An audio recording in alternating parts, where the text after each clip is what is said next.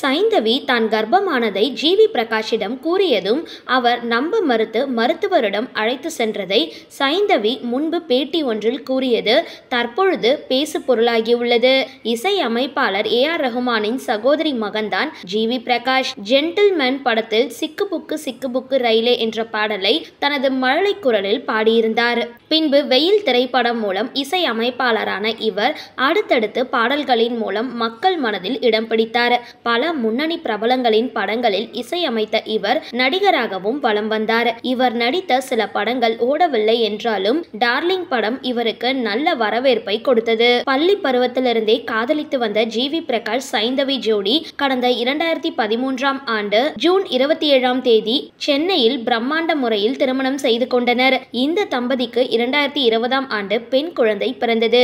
இந்த நிலையில் இருவரும் கருத்து வேறுபாடு காரணமாக பரஸ்பரமாக பிரிவதாக முடிவெடுத்து நேற்றைய தினத்தில் அறிக்கையை வெளியிட்டனர். சைந்தவி தான் கர்ப்பமானதை ஜிவி பிரகாஷிடம் கூறிய பொழுது என்ன நடந்தது என்பதை முன்பு பேட்டி ஒன்றில் கூறிய நிலையில் தற்பொழுது அது பேசு பொருளாகி உள்ளது. இந்த தம்பதிகளுக்கு 7 ஆண்டுகளுக்கு பின்பு அன்பி என்ற பெண் குழந்தை பிறந்துள்ளது.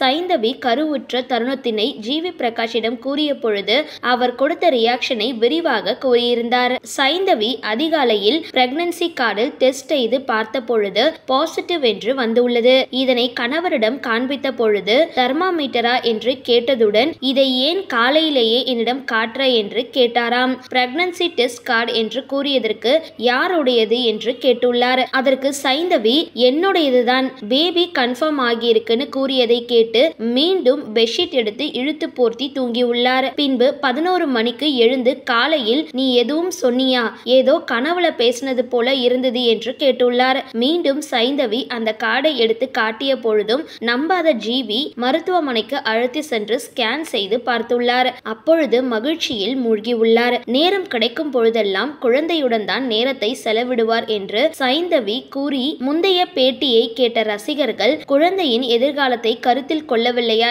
என்றும் கேட்டு மனம் வருத்தமடைந்துள்ளனர். இந்த வீடியோ பிடிச்சிருந்தால் லைக் பண்ணுங்க, ஷேர் பண்ணுங்க. மேலும் இது மாதிரி வீடியோஸ்லாம் தெரிஞ்சுக்க மறக்காம யோகி டாக்ஸ் சேனலை சப்ஸ்கிரைப் பண்ணுங்க.